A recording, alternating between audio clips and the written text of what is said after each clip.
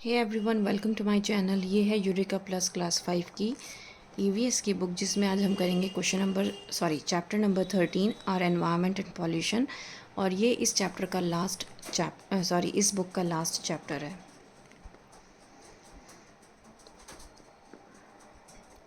So Salomorada Thimmakka is a prominent environmentalist in India. Research and find out about her work, discuss in class. She is a person who is an environmentalist. आपको क्या करना है, आपको इनके बारे में थोड़ी सी रिसर्च करनी है और इनके बारे में पढ़ना है, क्योंकि अपने आप में ये एक बहुत बड़ी हस्ती हैं। Now the surroundings of a living thing are its environment. जो हमारे आसपास है उसी से हमारा एनवायरनमेंट बनता है। हमारा environment living non living things से बनता है, और ऑल्सो जो हमारे ह्यूमन मेड थिंग्स है उससे भी हमारा एनवायरनमेंट बनता है, right. Plants, animals, human beings and other living things are the living components of the environment. So ये जितने भी हैं प्लांट्स, एनिमल्स, ह्यूमन बींग्स, ये सब क्या है, लिविंग कॉम्पोनेंट्स हैं हमारे एनवायरनमेंट के। सॉइल, एयर, वाटर और लाइट क्या है, ये हमारे नॉन लिविंग कॉम्पोनेंट्स हैं।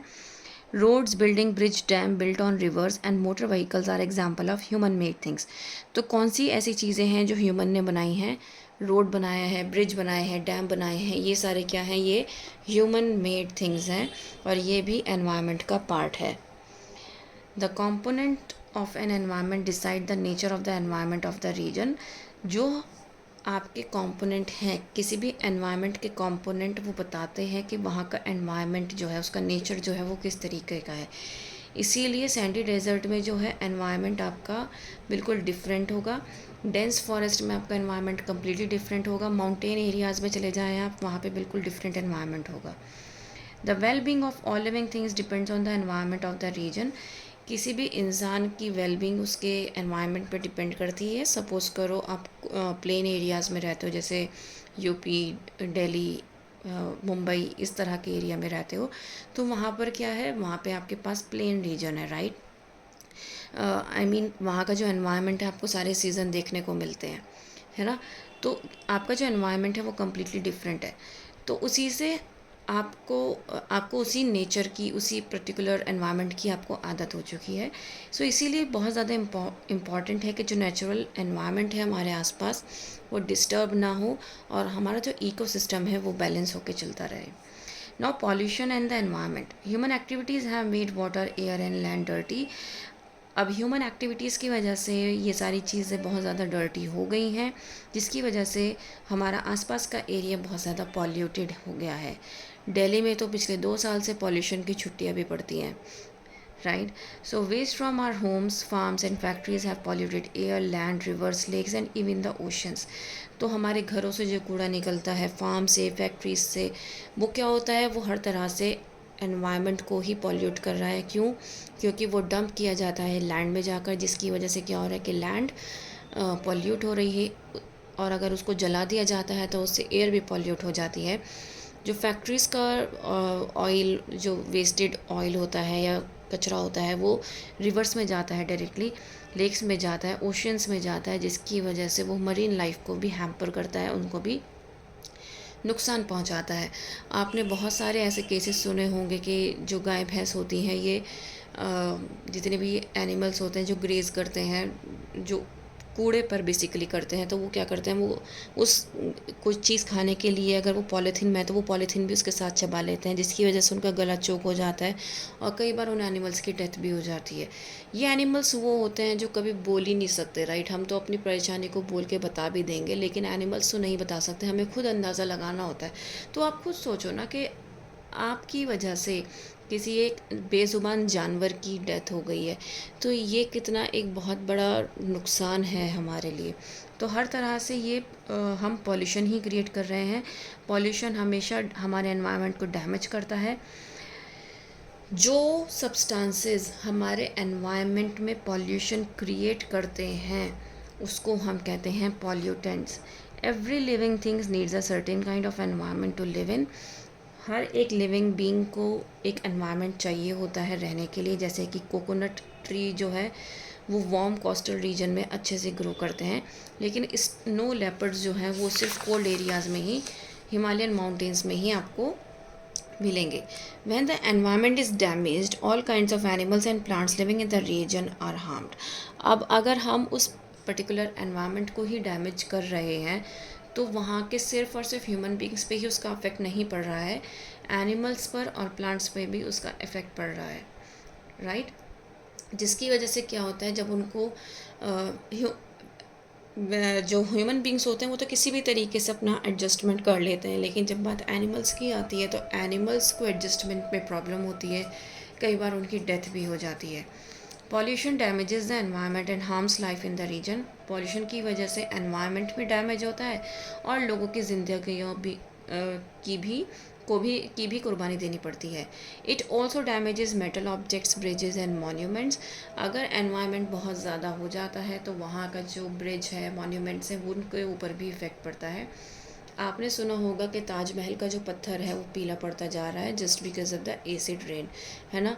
तो वो क्या है, वो भी एक हमारे लिए पॉल्यूशन का ही पार्ट है, क्योंकि पॉल्यूशन की वजह से ही सल्फ़र इस एनवायरनमेंट में रिलीज़ होता है, और जब वाटर सल्फ़र के साथ मिलता है तो वो एसिड क्रिएट करता है, जिसकी वजह से वो पत्थर जो है वो ख़राब हो रहा है। अब हम पॉल्यूशन के बारे में हम इन डिटेल पढ़ेंगे। सबसे पहले हम एयर पॉल्यूशन के बारे में पढ़ेंगे। Harmful gases and smoke emitted by factories and motor vehicles pollute the air. तो बहुत सारी हार्मफुल गैसेज हैं, स्मोक हैं, जो कि फैक्ट्री से निकलती हैं, व्हीकल से निकलती हैं, तो वो क्या करती हैं, एयर को पॉल्यूट करती हैं। जैसे कि मैंने आपको इससे पहले बताया था कि दिल्ली में पॉल्यूशन की छुट्टी होती है, पॉल्यूशन की छुट्टियाँ पड़ने लगी, तो दैट मीन्स पॉल्यूशन इतना ज़्यादा हो जाता है कि आप बाहर जाकर एयर अगर कंज्यूम करोगे, एयर अगर इनहेल करोगे तो क्या होगा, आप बीमार पड़ जाओगे, आपको ब्रीदिंग से रिलेटेड बहुत सारी प्रॉब्लम्स क्रिएट हो जाएंगी, ठीक है। तो इसीलिए उस टाइम पे क्या होता है, इवन और ऑड वाला सिस्टम चलाया जाता है। इवन कार नंबर्स इस दिन चलेंगी और ऑड कार नंबर्स इस दिन चलेंगी, ताकि व्हीकल्स जो हैं कम से कम निकले रोड पर, और जिसकी वजह से पॉल्यूशन को भी कंट्रोल किया जा सके। The smoke from factories and motor vehicles contain fine particles of ash, coal, metals and toxic chemicals। जो स्मोक फैक्ट्री से निकलता है या मोटर व्हीकल से निकलता है उसमें राख होती है, कोल होता है, मेटल्स और टॉक्सिक केमिकल्स होते हैं जो एनवायरनमेंट को पॉल्यूट करते हैं, ठीक है। और यही ऐसे पॉल्यूटेंट्स हैं जो एयर में मिलकर पॉल्यूशन को क्रिएट करते हैं। फ्यूल जैसे कि kerosene, coal, diesel, petrol, wood, ये भी स्मोक मतलब जब आप इनको जलाओगे तो इसमें से भी स्मोक धुआं निकलता है, जिसमें बहुत हाई अमाउंट में आपको कार्बन डाइऑक्साइड मिलेगा, जो कि अल्टीमेटली क्या करता है, एयर को पॉल्यूट करता है। जब कार्बन डाइऑक्साइड की वैल्यू आपके एनवायरनमेंट में, एयर में ज़्यादा हो जाती है, तभी हम कहते हैं कि भाई ये एयर पोल्यूशन ज़्यादा हो रहा है। So when plastics, rubber, clothes and fire crackers are burn, harmful smoke is produced which pollutes the air.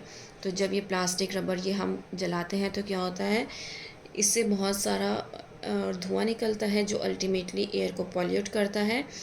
और मैंने इससे पहले आपको बताया था कि कई बार क्या होता है कि जहाँ पर हम जिस लैंड पर हम सारा गार्बेज ये लोग डंप करते हैं तो उसको ये जलाते हैं, जिसकी वजह से लैंड भी पॉल्यूट हो रही है और हमारा एयर भी जो है वो पॉल्यूट हो रहा है। Effects of air pollution. अब क्या क्या इफ़ेक्ट्स हो सकते हैं एयर पोल्यूशन के। So air pollution harms plants and animals, it can damage our lungs and cause disease such as asthma. Air pollution से सबसे बड़ा जो प्रॉब्लम होता है वो लंग्स पे अफेक्ट पड़ता है, जिससे अस्थमा होता है। हमारी आइज़ में, स्किन में इरिटेशन क्रिएट करता है, जिससे बहुत सारे इन्फेक्शन होने स्टार्ट हो जाते हैं। Global warming, burning of coal, kerosene, diesel and petrol mainly by industries and motor vehicles release large amount of carbon dioxide gas। जब भी ये सब चीज़ें रिलीज़ जब भी ये सब चीज़ें हम जलाएंगे तो इसमें क्या निकल रहा है, कार्बन डाइऑक्साइड गैस जो है वो रिलीज़ हो रही है, जिसकी वजह से हमारे एनवायरनमेंट में constantly increase of carbon dioxide की वजह से पॉल्यूशन क्रिएट हो रहा है। तो साइंटिस्ट ये कहते हैं कि जब constant rise in carbon dioxide हो रहा है, इसकी वजह से जो अर्थ का टेम्परेचर है वो भी बढ़ रहा है, जिसको उन्होंने क्या नाम दिया, ग्लोबल वार्मिंग। जब कार्बन डाइऑक्साइड का कंटेंट जो है वो बहुत ज़्यादा हो जाता है एनवायरनमेंट में, एयर में, तो अर्थ का जो टेम्परेचर है वो ऑटोमेटिकली इंक्रीज़ हो जाता है, जिसकी वजह से ग्लोबल वार्मिंग होती है। Global warming beyond certain limits will disturb the Earth's environment. It will harm life on Earth, including human beings. Global warming अगर अपनी लिमिट से ज़्यादा हो जाती है तो क्या होता है, वो अर्थ को हार्म पहुंचाती है, उसमें ह्यूमन बींग्स भी इन्वॉल्व हैं। All of us must therefore take steps to reduce the amount of carbon dioxide that is being produced. तो हमें क्या करना है, सबको मिलकर ये एक इनिशिएटिव लेना है और कार्बन डाइऑक्साइड का जो एमिशन है उसको रोकना है, कि हम उसका जो एमिशन है ज़्यादा से ज़्यादा रोक सकें। हम कैसे रोक सकते हैं, ज़्यादा से ज़्यादा प्लांट्स लगाकर, क्योंकि प्लांट्स क्या करते हैं, कार्बन डाइऑक्साइड को एब्जॉर्ब करते हैं और ऑक्सीजन रिलीज़ करते हैं जब वो फूड प्रिपरेशन करते हैं, फोटोसिंथेसिस का प्रोसेस होता है। कभी भी फैंस को, बल्ब्स को या किसी भी इलेक्ट्रिक अप्लायंसेस को ऑन नहीं छोड़ना चाहिए जब आप उसको यूज़ नहीं कर रहे हो, क्योंकि इससे हम क्या कर रहे हैं, इलेक्ट्रिसिटी को सेव कर रहे हैं। Now let's talk about the water pollution. So water becomes polluted when harmful substances get mixed with it. Water is polluted mainly by chemical waste from industries, household wastewater and waste from agricultural fields. तो आप यहाँ पर देख सकते हैं इस तरीके से फैक्ट्री से जो वेस्ट निकलता है वो सारा पानी कहाँ जाता है, पानी में जाता है। इस तरीके से वो लगा के रखते हैं। ये देखो इस तरीके से नालियाँ बनी हुई होती हैं। तो क्या होता है, इस तरीके से वाटर जो है वो हमारा पॉल्यूट होता है। फैक्ट्री से जितना भी वेस्टेज मटेरियल है वो हमारा रिवर्स में आता है और वो रिवर को पॉल्यूट करता है। Human activities that pollute here allowing water from homes to flow into rivers and streams. जो पानी हमारा घर से हम जैसे बर्तन धोते हैं, कपड़े धोते हैं, उसका जो गंदा पानी है वो कहाँ जा रहा है, रिवर में, स्ट्रीम में जा रहा है। और केमिकल जो है जितने भी वेस्ट हैं फैक्ट्री से वो भी रिवर में जा रहे हैं। केमिकल फर्टिलाइज़र्स जो हैं जो एग्रीकल्चर में हमने यूज़ किए हैं वो भी रिवर में जा रहे हैं। तो जिसकी वजह से इतने सारे केमिकल्स जो हैं वो मिक्सअप होके कहाँ मिल रहे हैं, एक रिवर में मिल रहे हैं। और जितने भी एक्वेटिक प्लांट्स और एनिमल्स हैं उन सबको वो हार्म पहुंचा रहे हैं। Now let's talk about the effects of water pollution. So water polluted by plants and animals waste carries germs which can make us sick. तो जो वाटर प्लांट्स और एनिमल्स आपने देखा होगा, तो water polluted by plants and animal waste carries germs which can make us sick. तो polluted water जो होता है वो हमेशा सिक करता है. Water polluted by waste from factories are harmful chemicals that make us sick. भाई देखो, अगर बारिश होने के बाद अगर आपके घरों के बाहर पानी इकट्ठा हो जाता है तो आपने देखा होगा वो पानी जो है वाइट तो होता नहीं है, गंदा पानी होता है, जो नाली का पानी मिक्सअप होके आता है ना, ड्रेनेज सिस्टम का.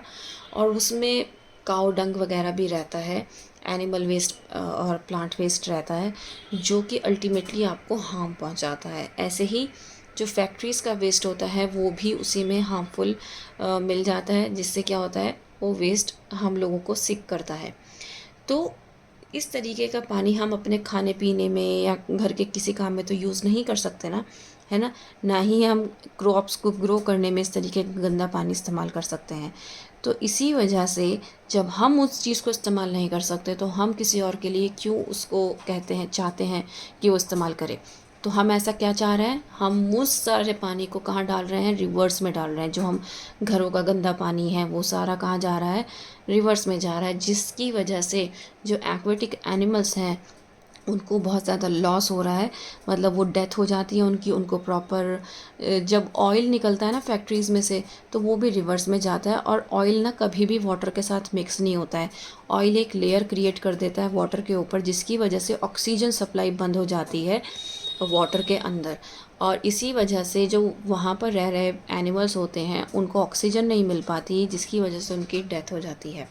ठीक है, जितने भी हमारे प्लांट्स हैं वाटर बॉडीज़ में रहते हैं, वो जो वाटर एक्वेटिक प्लांट्स होते हैं उनको भी इसी तरीके से हार्म पहुंचता है. और इसी वजह से वो भी क्या करते हैं, उनकी भी डेथ हो जाती है, जिसकी वजह से क्या होता है कि अल्टीमेटली उनकी डेथ हो रही है वाटर पॉल्यूशन की वजह से. तो हम वाटर पॉल्यूशन को कैसे रिड्यूस कर सकते हैं, कम केमिकल्स का, कम डिटर्जेंट्स का यूज़ करके हम क्या कर सकते हैं, वाटर पॉल्यूशन को रोक सकते हैं.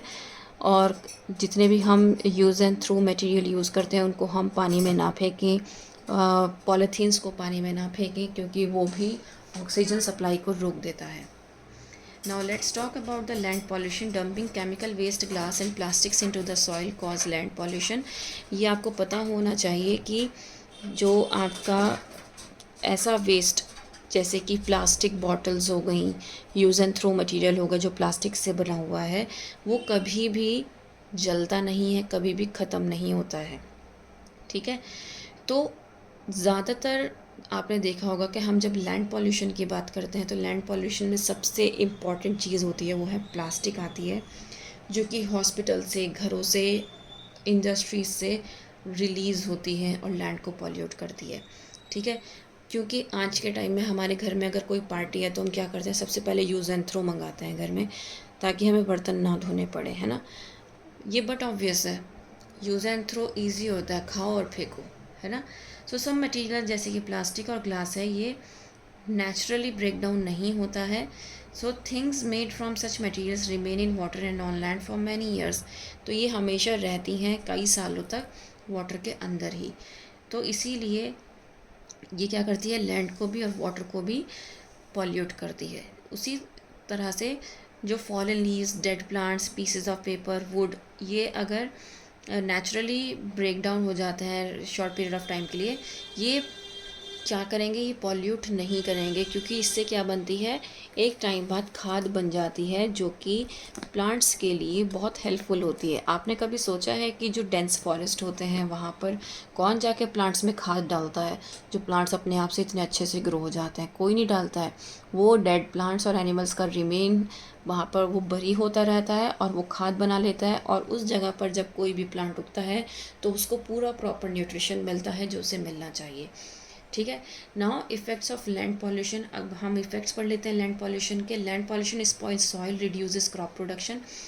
सॉइल को ख़राब करता है, जिसकी वजह से क्रॉप प्रोडक्शन है वो कम हो जाता है, क्योंकि जब लैंड पॉल्यूट होगी तो वो वाटर बॉडीज़ को भी पॉल्यूट करेगी। ठीक है, जिसकी वजह से, क्योंकि देखो बारिश अगर होती है तो उसके साथ बहुत सारी चीज़ें बह के पानी में जाती हैं, तो लैंड पे जो भी चीज़ होगी वो बह के उसके साथ जाएगी, जिसकी वजह से क्या होगा, अल्टीमेटली वाटर भी पॉल्यूट होगा। तो हम लैंड पॉल्यूशन को कैसे रोक सकते हैं? एक तो हम सबसे पहले तो हमें अपने प्लास्टिक को यूज़ करना कम करना है। हम कम करके ही ख़त्म करेंगे। अगर मैं कहूँगी कि आप ख़त्म कर दो तो वो आपके लिए भी पॉसिबल नहीं है, मेरे लिए भी पॉसिबल नहीं है, क्योंकि अब हम उसके आदी हो चुके हैं, यूज़ टू हो चुके हैं, है ना। डस्टबिन में लगाने के लिए हमें पॉलीथीन्स ही चाहिए होती हैं, और पॉलीथीन हमें पता है कितनी हार्मफुल है। ठीक है, तो इसके लिए हमें क्या करना है, अगर हम उसका हम कम से कम यूज़ करना है, पॉलीथीन्स का, पॉली बैग्स का, और जितने भी प्लास्टिक मटेरियल है उसका, ताकि हम लैंड पॉल्यूशन और वाटर पॉल्यूशन को रोक सकें। दूसरी बात ये कि अगर हम उसको यूज़ कर रहे हैं तो उसको हमें डिस्पोज ऑफ प्रॉपर्ली करना है। जो भी चीज़ें प्लास्टिक की या ग्लास की बनी हुई हैं उसको डायरेक्टली हमें लैंड पर नहीं फेंकना है। ठीक है, waste such as used paper, plastic and metal object should be recycle to make new products. तो पेपर, प्लास्टिक और मेटल ऑब्जेक्ट जो होते हैं उनको रिसाइकिल करके एक नया प्रोडक्ट बनाया जा सकता है, तो हमें उसको स्क्रैप डीलर को ही सेल आउट करना चाहिए, ऐसे ही उसको फेंकना नहीं चाहिए। Now let's talk about the noise pollution. So noise pollution आप देखना होगा कि बहुत सारे डीजे और ये सब चलता है जब म्यूज़िक चलता है, जिसकी वजह से बहुत ज़बरदस्त नॉइज़ पॉल्यूशन होता है, जो कि हमारे कानों के लिए भी बहुत ख़तरनाक होता है। ठीक है, अब नॉइज़ पॉल्यूशन से भी बहुत सारी हेल्थ प्रॉब्लम्स हो सकती हैं। कौन कौन से सोर्सेज हैं नॉइज़ पॉल्यूशन के? मोटर व्हीकल्स, ट्रेन्स और एयरक्राफ्ट बहुत ज़्यादा नॉइज़ क्रिएट करते हैं, तो ये भी क्या है, नॉइज़ पॉल्यूशन का रीज़न है। Now loud and continuous honking by vehicles. आप पीछे से, आपको पता है कि ट्रैफिक जैम है लेकिन आप तब भी हॉर्न बजाए जा रहे हो, तो ये भी तो क्या है आपका, ये भी नॉइज़ पॉल्यूशन है। Unchecked use of loud speakers और music played at very high volume.